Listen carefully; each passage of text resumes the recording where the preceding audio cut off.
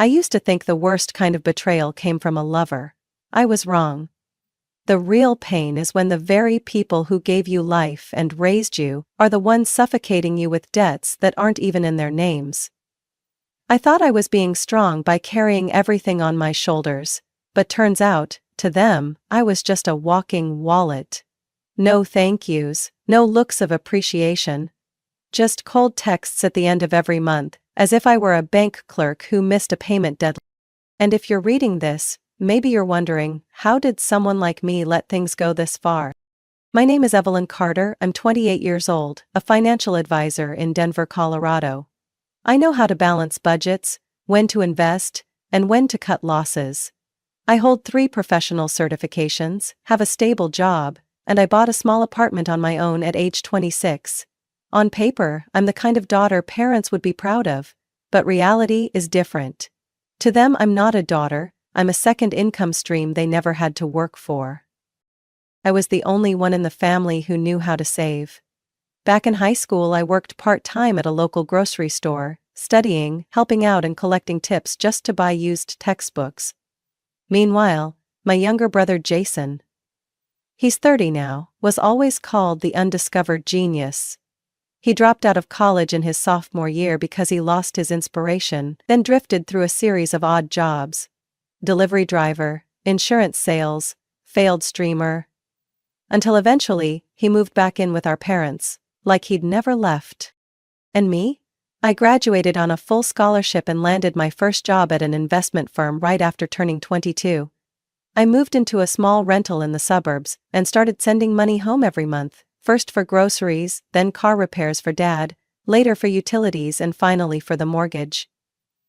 Every time my mom called, her voice was tired, full of weary emotion. "Evelyn, this month's been a bit tough. Could you send us a little early this time?" And I always did, no questions asked. I believed it was the right thing to do as a daughter. But the more I gave, the more I felt like I was pouring water into a bottomless bucket. Jason never changed. He sat at home all day, buying video games, ordering takeout, and complaining about how unfair life was. Meanwhile, I skipped vacations, canceled outings with friends, and even declined better health insurance just to keep sending money home. One day, I gently asked my mom, without accusing anyone, whether Jason had any plans to get a job. She sighed and gave the usual response. "He's trying. You don't understand the emotional pressure he's under." As for Dad, he never directly talked about money, but every time I visited, he would let slip some backhanded compliment. "Daughters make more money than men these days, lucky we've got Evelyn." It sounded like praise, but I knew what it meant. They didn't thank me, they assumed I should be doing it. I was the one with money, so it was my duty. I used to think, what's wrong with helping family? And it's true. Nothing if it's actually helping. But when you become the default name every time a bill is due, when people remember you only when they need a wire transfer, that's no longer love. That's exploitation. I still remember that feeling, the first time I refused to send money to fix the old washing machine. My mom went silent for 2 days, then sent me a long 3-paragraph message. Not one word about how I was doing. Just guilt-laced sentences. "It's okay, I understand. You probably have your own life now and don't think about us anymore. I'm just a little sad, Evelyn." I stared at that message all afternoon, mind blank. I didn't reply right away. I knew if I did, I'd cave. I'd send the money. I'd feed the cycle again. That's when I began to realize I wasn't living for myself anymore. Every financial decision I made revolved around one question: how much will I have left if Mom suddenly calls? I skipped buying a plane ticket to visit my best friend's wedding in Seattle. I cut my evening yoga class. I even put off getting dental insurance. All for the sake of those mid-month calls from Mom, or those just borrowing a few $100 texts from Jason.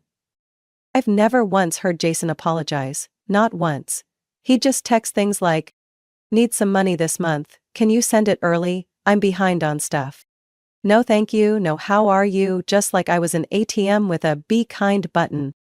I'm great with numbers, I analyze corporate finances for a living. Yet it took me nearly a decade to realize I had let myself become an unlimited investment for my family while getting zero return. People say family is where you return to, but what if that home only calls you back when they need cash? What if they stay quiet when you succeed, but lash out when you refuse to help? I know the next chapter of this story won't be easy. I know there's going to be a breaking point, and maybe it's coming soon. But here, at the beginning, I want you to understand one thing. I didn't start with resentment. I started with kindness. And they smothered it with their blatant dependence. I don't know the exact moment Jason became the favorite child. Maybe it was the day he got into the state university before dropping out 2 years later. Maybe it was when he told Mom, "I need time to find myself." And she cried like he'd spoken some profound truth. I never got that kind of grace. Not a pat on the back when I got a scholarship, not a single congratulation when I got my first promotion. During dinner on my 25th birthday, the same week I became a senior financial advisor, my dad just said, "Wow, companies really do hire young people these days." Jason could throw away every opportunity and still remain their golden child, but the moment I declined one financial request, I was suddenly ungrateful. The rules in our house were never fair. But what makes me angrier is how long it took me to see that. Every holiday, every dinner conversation centered around Jason. Jason's thinking of learning coding.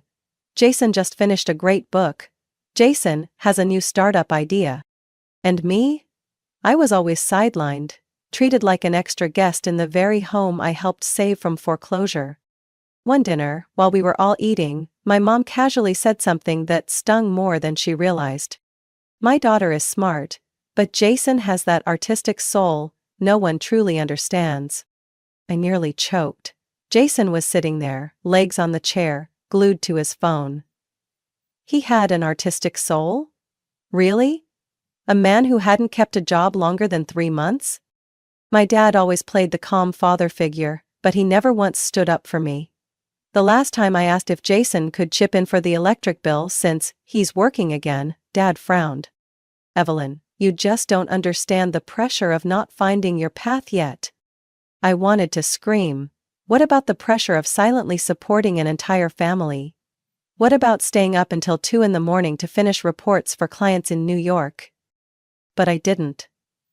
I still foolishly believed that if I just tried a little harder, they'd see me. That my sacrifices would be recognized.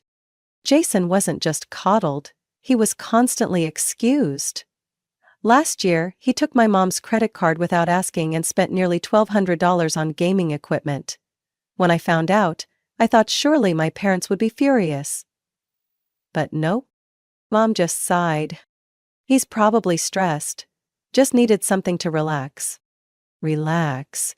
With someone else's money? With the money I had wired to her the day before?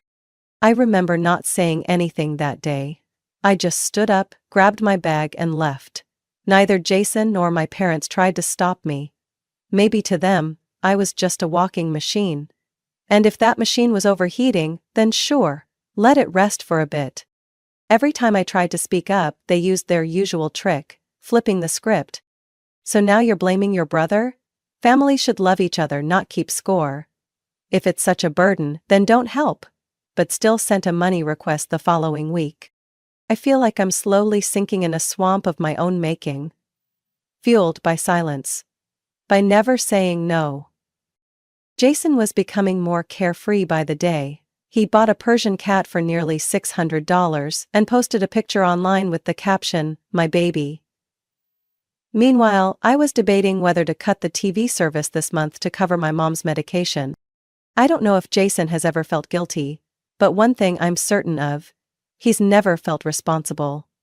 Every mistake was blamed on a rough patch, mental pressure, or simply, "That's just how he is." One time, I came home after wrapping up a major project. I casually told Mom, "I got a bonus this month, so I'm planning a short weekend trip to Austin." She stopped rinsing the vegetables and turned to me like I'd just announced I was signing the house over to a stranger. What about the water bill from last month? And the gas? I already mentioned that. Jason's also been feeling unwell, not eating regularly. I laughed. Not the joyful kind, the kind you laugh when someone stabs one more time into a trust already rotted. I thought I'd take a little break, Mom. I'm sure you understand. Sure, you have your own life after all. That line again. As if I were selfish for wanting to spend my own money on myself. As if I were wrong for not refueling a car that's been running for years without maintenance. Jason was the golden child. The one allowed to fail without consequence, and I, Evelyn Carter, was the one expected to make up for all his mistakes. But every limit has its breaking point, and I was starting to feel the cracks. What I didn't know then was just how soon those cracks would split wide open. At first I thought it was temporary. One month, my parents fell behind on the electric bill because of some billing issue. The next month it was Mom's prescription that hadn't been approved by insurance. Then Jason accidentally dropped his phone and needed a new one to submit job applications. I still remember Mom's first words, when she brought up money. Just this once, Evelyn. I promise. A family shouldn't let you carry everything alone. I believed her. Like a kid still believing in Santa Claus. And like a well-laid trap, that promise never materialized. That one time quickly turned into 2, then 3, then 10. From electric bills to gas bills, then plumbing repairs. Eventually, every visit home came with a new bill, placed in front of me, accompanied by Mom's hopeful eyes, Dad's silent nod, and Jason's relieved sigh. I started feeling suffocated. When I first moved into my new apartment in downtown Denver, I had plans. Monthly savings deposits, dividend investments, a few trips a year. But those dreams quickly got replaced with recurring transfers. $120 for electricity, $180 for meds, $300 for roof repairs, and the peak? $950 monthly to help with the mortgage. No contracts, no repayment promises. Just one thing always present in those transactions, the unspoken expectation that I would keep giving. Because I always had. I used to think, if I don't help, who will?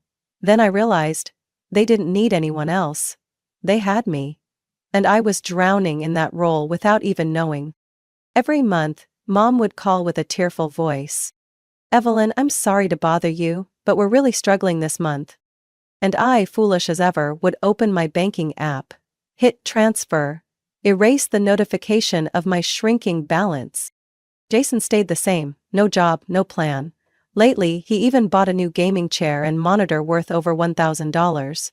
I found the receipt while cleaning out my old room during a visit. When I asked, he shrugged.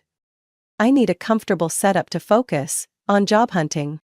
I couldn't believe it. He lived in my parents' house rent-free, while I, working 50 hours a week, had to cancel a trip to Chicago with friends because I couldn't afford the hotel. One Wednesday afternoon during an online meeting, I got a text from Dad. Evelyn, your mom says the washer broke, probably needs replacing. Can you check on that? No question if I had the money, no thank you for all the previous help, just a simple check on that. As if I were the family's 24/7 tech and finance support desk. I once thought I was strong because I could earn money. Now I see I was weak for not knowing how to say no. You know what's scary? One day I typed my banking password without even thinking. Because I was so used to logging in only to withdraw, never to build. I had planned to buy a new car, a Subaru Forester I'd had my eye on for years. But when I was ready to place the deposit, Mom called. Jason's got back pain, needs physical therapy, can you front us this month? I put the phone down, sat silently for 10 minutes. Then transferred the money. That car remained just a photo in my collection. Dad always kept a calm tone during calls. Don't overthink it, honey. Family's about helping one another. Everyone has a role, and you're just doing yours. A role? Then what's Jason's? What's Mom's? Is Dad's role just to stand by silently while I burn out? I've lost count of how many travel promo emails I've deleted from friends. I don't remember the last time I treated myself to a nice dinner. I wake up at 6 every morning, work until evening, then run errands, send money, respond to mom's texts. Honey, gas prices went up, we may need a bit more this month. What's worse is, none of them ever asked if I was okay. No one asked if I was tired, needed anything, or simply wanted to live for myself. Just once. I realized I wasn't their daughter anymore. I was their backup financial plan, their emergency fund, the one person they could always count on. Without ever saying thank you. One night I looked at my personal expense tracker, something I maintained monthly like second nature as a financial advisor, and I was stunned to see nearly 65% of my income over the past 10 months had gone to family support. I couldn't even remember the last time I bought something just because I wanted to. Not needed, not to help, just wanted. Simple, yet strangely luxurious. A quiet question formed in my mind, sharp as a knife to the throat. If I stopped paying, would they still keep me in their lives? I didn't know. But I was starting to want the answer, no matter how much it hurt. Because I was reaching my final limit. That Sunday afternoon, the sun was blazing, like someone had cranked the heat up to burn away whatever was left of me. I had just wrapped up a grueling week with 3 financial projects due before deadline. My left wrist still ached from too much typing.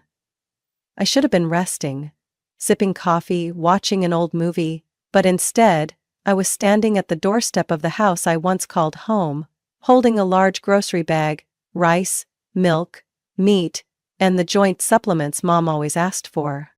All paid for with the money I had saved for a weekend getaway with friends. The moment I stepped into the house, I sensed something was off. There was no sound from the TV like usual, and no smell of anything cooking in the kitchen. My mom, Susan, sat on the sofa, arms crossed, eyes cold as ice. My dad, Charles, stood by the window, looking out with a tense face like he was bracing for a verdict. Jason slumped in a chair, phone in hand playing games, feet propped up on the table. I set the grocery bag down and said, trying to stay calm, "Mom, I bought enough food for the whole week, and I got the exact joint supplements you asked for." No one replied. Not a single word. Just a slight nod from Jason, eyes glued to his screen. Then Mom spoke, her voice sharp like a blade. "Sit down. We need to talk." I hesitated for a split second. My gut told me this wouldn't be a simple conversation. I pulled out a chair and sat down, spine straight, like I was facing a high-stakes client. Mom didn't sugarcoat it.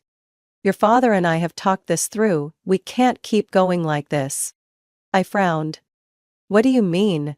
I'm still helping out." Dad cut in, voice tightly controlled. "We need you to take over the rest of the mortgage, all of it. Every month." I froze. Numbers rushed through my head like a financial report just landed in my inbox. The mortgage was over $1,400 a month. I'd already been covering nearly $900 monthly for over a year. Now they wanted me to pay it all? I looked at each of them, one by one. They weren't joking. No shrugs, no guilty looks. Just cold silence and looming expectation. I let out a hollow laugh, disbelief laced in my tone. "You mean I'm supposed to pay the entire mortgage? What about Jason?" Jason didn't even look up. "I can't right now. Besides, you're the one who makes money." I turned to Mom. I'd given enough. Almost 2/3 of my salary goes into this house every month. I have a life too. I can't keep doing this. Mom lifted her chin, eyes burning, voice sharp. "You live alone? No kids, no husband?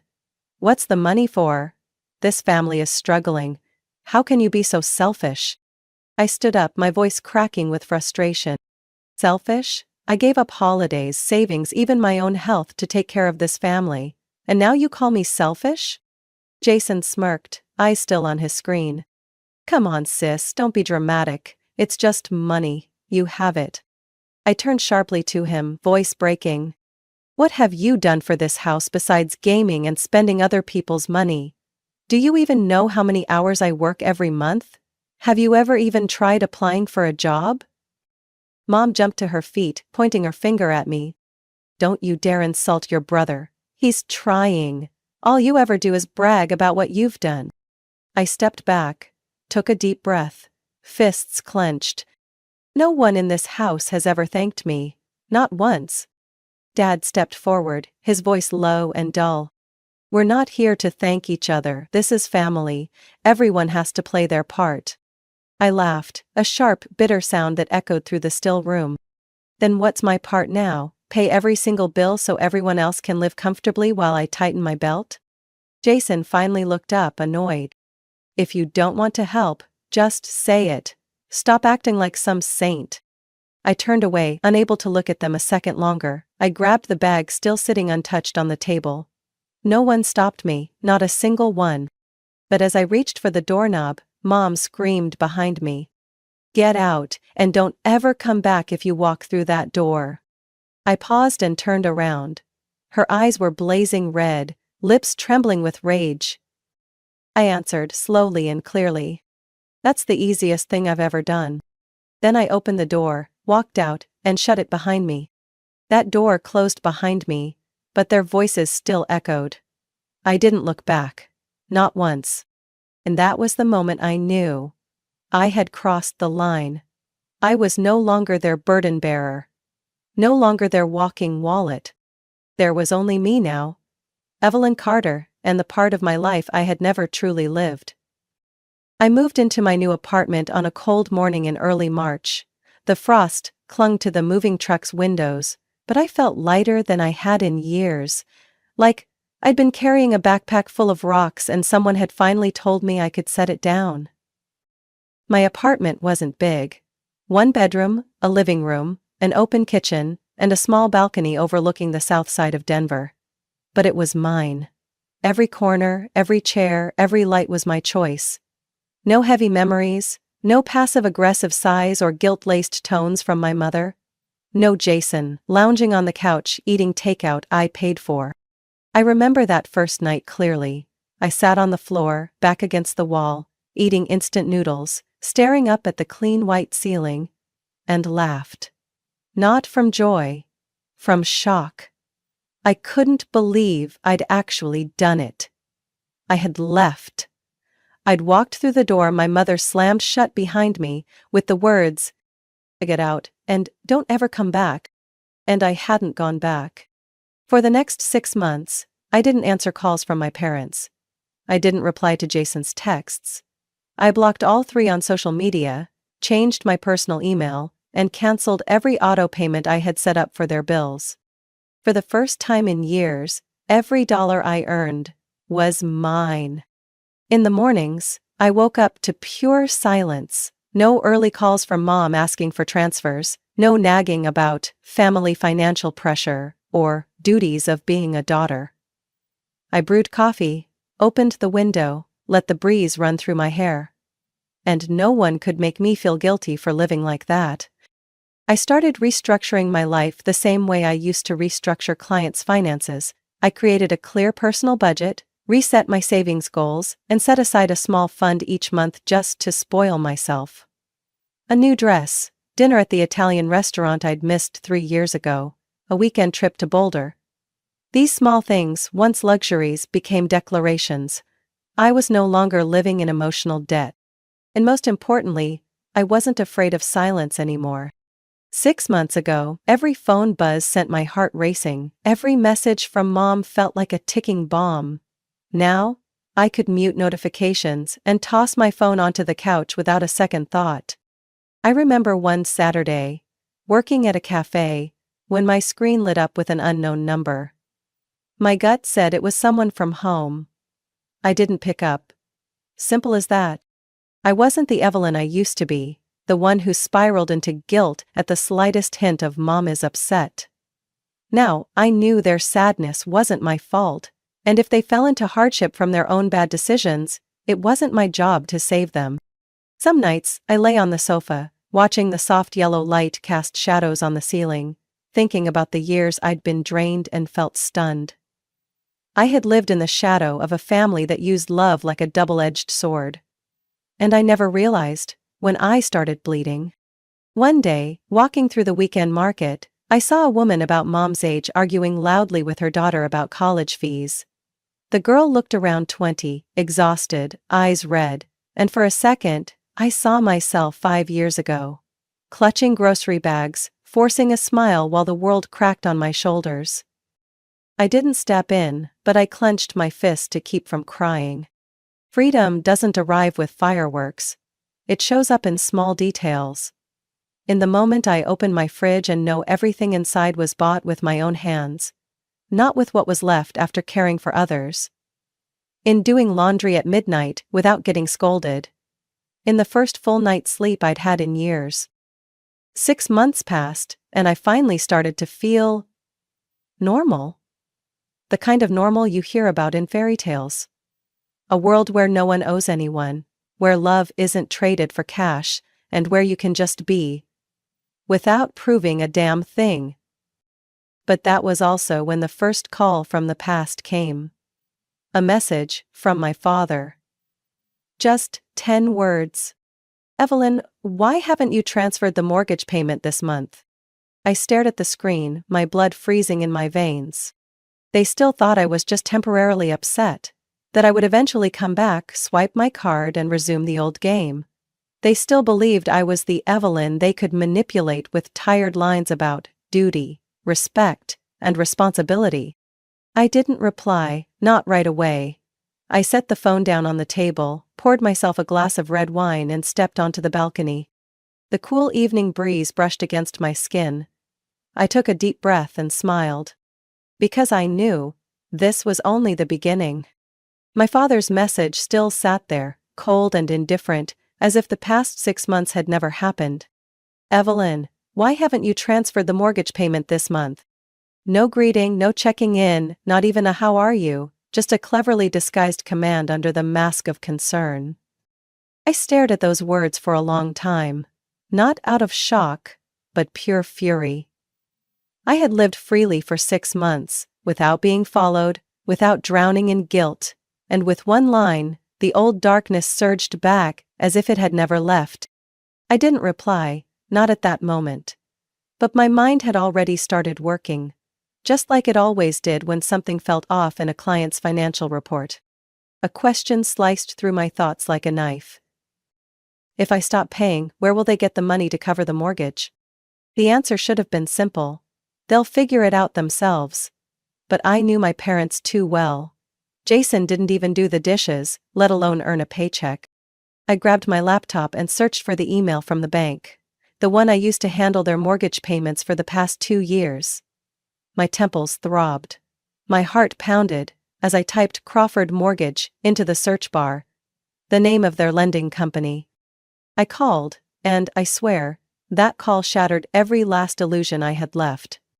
Hi, my name is Evelyn Carter. I used to assist with mortgage payments for the home at 1947 Elm Grove Street. I haven't been involved for a few months, but I'd like to check the account status. Is that possible? The representative verified my information. I heard the click of a keyboard, light hold music playing on the line. But all I could hear was dread. A few minutes later the rep returned, voice gentle but firm.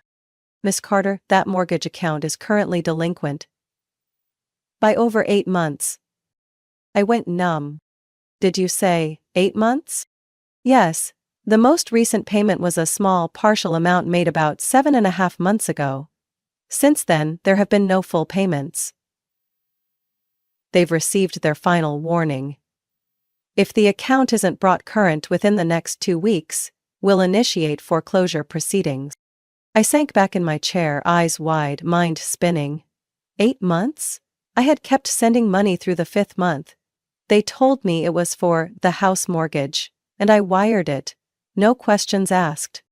So where did that money go? There was only one possibility: they pocketed it.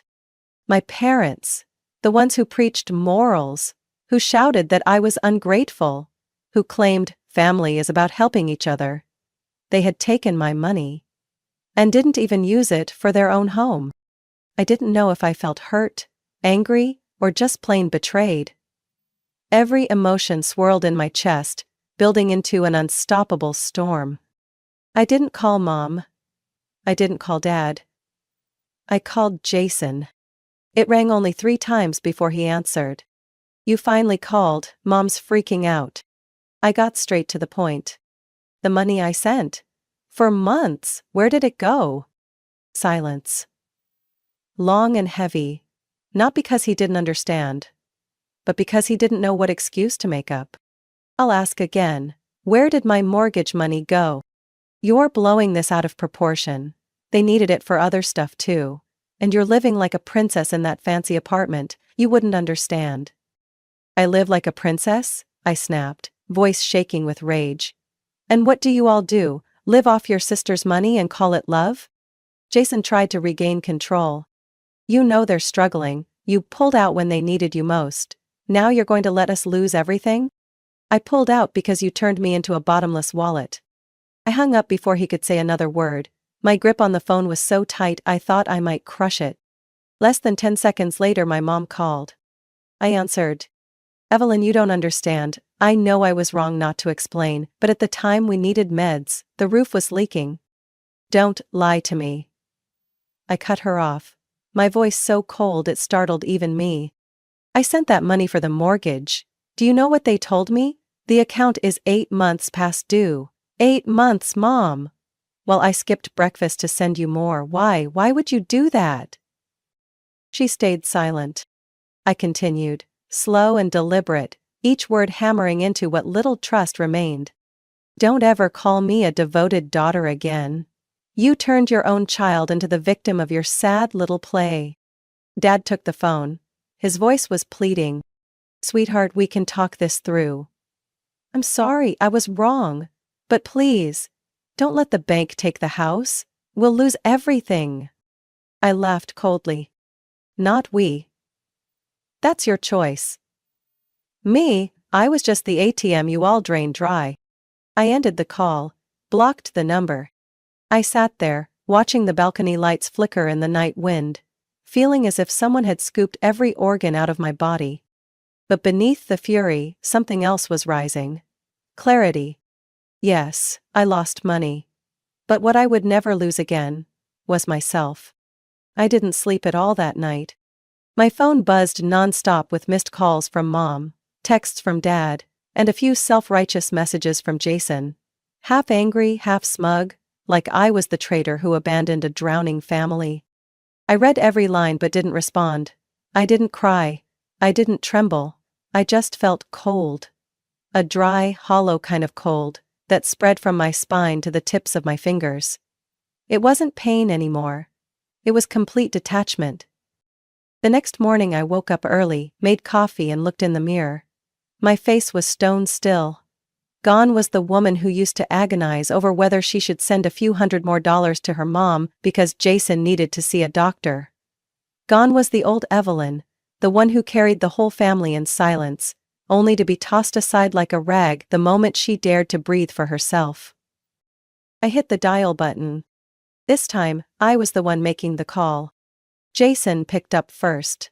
His voice was groggy, like he'd just rolled out of bed at noon.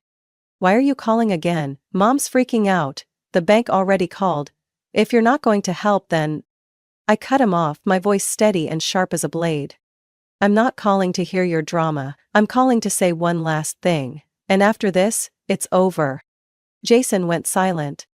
I continued. "I contacted the bank." "I know. 8 months without a single payment? While you were still accepting money from me. I'm not stupid, Jason. You're blowing this out of proportion. It's not just about that." "Shut up," I snapped, cutting him off for the first time in my life without a hint of guilt. "I don't need a reason. I don't need an excuse. I'm telling you this. From now on, I won't be sending another cent. Not today, not next month, never again." "You can't do that." "I can, and I will. It's time you all dealt with the consequences." I hung up, not giving him the chance to say another word. Less than 10 minutes later my mom called. I knew she would, and I knew the conversation would be ugly. But this time, I didn't avoid it. Evelyn, I'm sorry, but you don't understand how serious this is. If we lose the house, I'll. It's not that I don't understand, it's that I understand perfectly. For 3 years I drained myself to keep that house standing, while you pocketed the money. What are you saying? I'm not that kind of person. You're not? Then what happened to the money I sent every month? Why didn't it go to the bank? Why did I have to find out on my own instead of you telling me from the start? I just meant to borrow it for a while. I was going to pay it back. I laughed dryly. Pay it back? After all these years, you think I still believe in your later? I heard Dad's voice in the background, still trying to stay calm. Evelyn, I know this has gone too far, but now's not the time for blame. We need to stick together and get through this. No, Dad, there's no we anymore. From the moment you lied to me, used my money without asking, the ties were broken. You're overreacting. As a daughter, you should understand. Enough, I nearly shouted. Don't say another word about values, duty, or love. None of you have lived by any of it. I've stayed quiet long enough. I'm done. My mom choked up. So, you're really going to let us lose the house? I exhaled, cold and steady. What is that house? A place where I only mattered when I pulled out my wallet? A place where I was called selfish for trying to hold on to a shred of freedom? If that's what it is, then yes. Let it be lost. I gave birth to you, raised you, gave you everything. You gave birth to me. Yes. But I've been raising this family for nearly a decade. I gave everything. My time, money, health, youth. And in the end, what did I get? Lies. Disrespect. No, Mom. Blood doesn't give you a license to exploit someone. Her voice suddenly turned angry. Fine, then live with your decision. Don't expect to come back, don't expect forgiveness. I closed my eyes and took a deep breath. I don't need forgiveness from people who've never felt remorse. I hung up, no tears, no inner struggle, just silence, heavy and clear. 1 minute later, Jason texted me. You're ungrateful. You'll regret this. We gave you everything. I took a screenshot, not to reply, but to remember. To remind myself, I didn't make any of this up. They truly believed I was a walking ATM. An infinite resource. There was nothing left to say. Nothing left to prove. I had drawn the line, and for the first time, I was defending it, with everything I had left. I turned off my phone, got up, stepped onto the balcony. The late afternoon sun broke through a thin layer of clouds, casting light on my face. A gentle breeze. No more burdens. No more emotional debt. No more hollow apologies. Only me. Evelyn Carter, 28 years old. As free as if I'd just been born for the first time. 3 weeks have passed since that last call. I haven't answered a single message from my mom. I don't pick up when Dad's number flashes on my screen. Jason has gone silent after that final, bitter text, which I still keep, not out of guilt, but as a reminder to never let myself soften. I no longer wake up in the middle of the night to a buzzing phone. I don't feel anxiety checking my bank balance. Life is eerily quiet. As if I've slammed a door shut that even the strongest winds can't blow open again. But in that quiet, the questions slowly started creeping in. Was I too harsh? Did I do the right thing by cutting them off so cleanly, by letting them face the consequences in full? Family, however broken, warped, or flawed, was still the place I grew up. Still held a few memories of childhood, however few and far between. I wondered, was Mom crying? Was Dad ashamed? Did Jason finally realize he couldn't keep relying on others forever? I didn't know. What I did know was that if I went back, even once, it would all begin again. They would apologize, make promises, say they understood. But a few months later, I'd get the message again. We're short this month, can you help us out? And the cycle would reset. Back to square one. Back to Evelyn carrying the weight. Back to suffocating. It took me nearly 10 years to realize. Love doesn't mean unconditional sacrifice. Family is not a free pass to rob someone of their peace, without ever once looking inward. One Sunday afternoon, I walked through the park near my home, where people were flying kites, playing ball, walking their dogs. I sat on a bench, watching everyone around me, and suddenly, I laughed, because for the first time in a very long while, I didn't feel like I had to pay for this peace. I didn't have to ask anyone's permission. No more guilt. No more fear that someone would call just as I was enjoying myself and ruin everything with a cold sentence like, "Did you forget what your mom needs?" I was no longer in a world where my emotions always came second to someone else's needs. But there were still moments, when I got home and sat on my sofa under the warm yellow light, when I felt strangely empty. Not because I was lonely, I had friends, co-workers and healthy relationships beginning to grow, but because I had once loved the very people who hurt me. I had truly wanted them to get better. I had hoped that one day they would see me, not as a living ATM, but as a real human being, with a heart that could break. I don't blame them anymore. I just let go. One night, I sat down to journal. The first line I wrote was, "I forgive, not because they deserve it, but because I don't want to carry this anger anymore." I know now that forgiveness doesn't mean going back. It doesn't mean continuing to tolerate pain. Sometimes, forgiveness simply means putting down the knife so your own hand stops bleeding. I don't know what's become of the old house. Maybe they're scraping together money to catch up. Maybe they've already lost it. Maybe they're still trying to call me, message me, pull me back in. But this time, I'm no longer an easy target. I am Evelyn Carter, 28 years old. I was once exploited under the name of family. But I'm also the woman who dared to cut the cord, dared to walk away, dared to choose herself, even if it meant being called ungrateful. If you ask me whether I have regrets, yes, I do. I regret loving a family that didn't love me back. I regret staying silent for too long. I regret having to be shattered before I learned how to say no. But if you ask me whether I'm sorry, no, absolutely not. I didn't let myself continue breaking for people who didn't value me. I held on to the one thing that mattered most, my self-respect. And I believe that is the beginning of every good thing I deserve. This story doesn't end with a reunion or teary hugs. It's not a fairy tale, it's real life, where a young woman chose to live for herself after being drained to the core. And if you've made it this far, if you've ever been an Evelyn like me, I just want to say this. You are not cruel for protecting yourself. You're simply learning to love the right person. And that person, first and foremost, must be you. Evelyn's story is a painful but necessary wake-up call. Family ties are not a free pass to abuse someone's kindness. No matter the blood bond, no one has the right to turn you into a walking wallet, drowning you in guilt just to keep serving their needs. Evelyn's decision to walk away from the cycle of manipulation wasn't selfish.